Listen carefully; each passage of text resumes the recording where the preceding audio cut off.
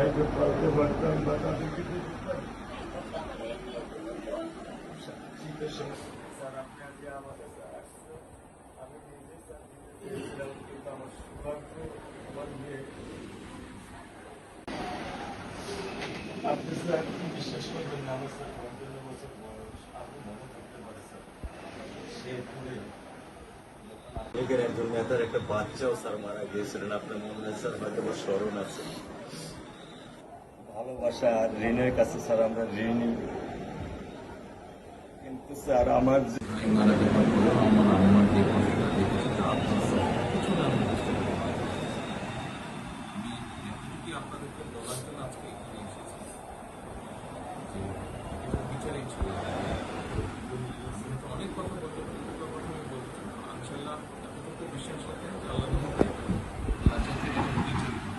বিচার আপনারাই দেখবেন।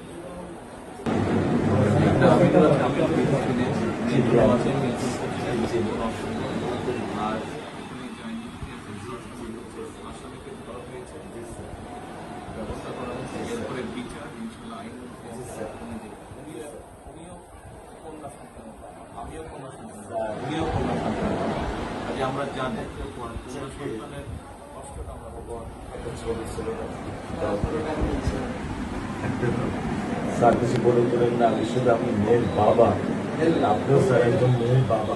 শুধু একটা আমি দৃশ্য আপনাকে স্যার দেখো, আর কিছু দেখাবো না স্যার, আমি দেখবো না স্যার, স্যার আমি দেখবো না স্যার, এটা নিয়ে আমি সারা জীবন স্যার আমি কি করে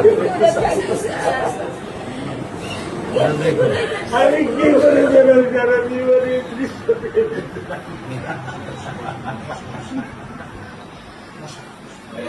আমার এই দৃশ্য আমি কি দিয়ে পূরণ করবো?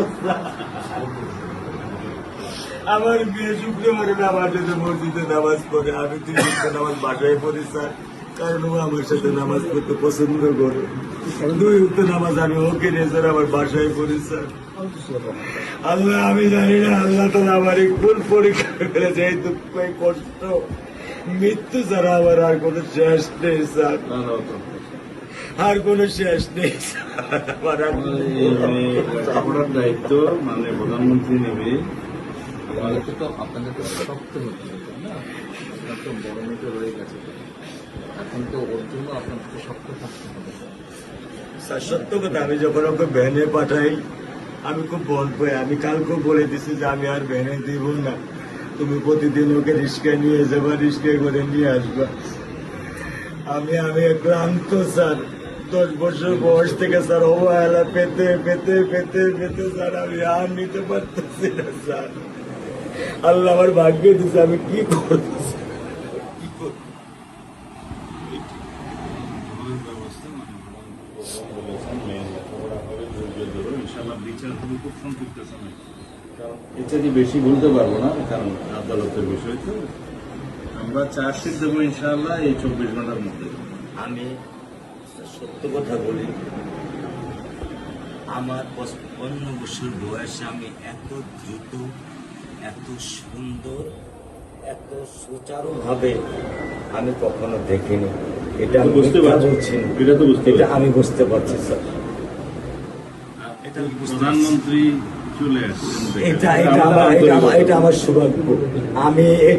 আমি সত্যিকার ভাবে স্যার আমি বলি, আমি এটা স্যার প্রত্যাশা করিনি যে আপনার মতো মানুষ আমার এই 10,000 টাকার একটা ফ্ল্যাটে স্যার আপনি পা রাখবেন, কিন্তু এই বিশ্বাস ছিল যে আপনি 8-10 জন না, যে মানুষ ট্রাফিক সিগন্যালে দাঁড়িয়ে থাকে, নিয়ম মেনে চলে, সে মানুষকে বুঝতে স্যার আমার এইটুকু বয়সে স্যার যথেষ্ট স্যার।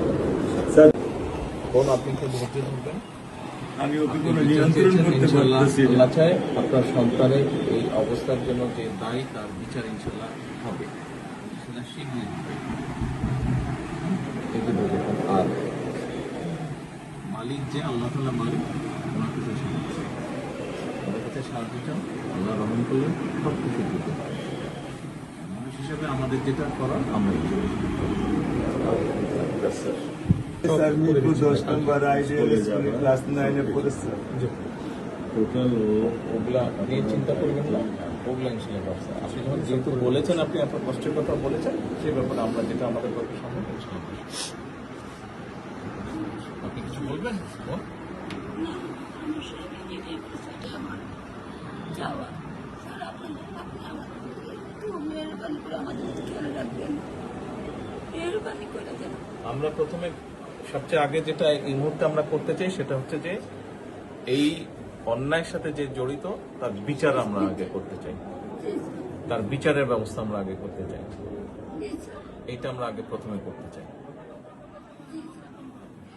আপনাদেরকে শক্ত থাকতে হবে, ধৈর্য ধরতে হবে, ওর দিকে তাকে শক্ত থাকতে হবে। এক সন্তান আল্লাহ নিয়ে গেছে, আরেক সন্তান আপনার কাছে আছে, ওর কথা মনে করে আপনাদেরকে শক্ত থাকতে হবে, ওর দিকে তাকে, ঠিক আছে?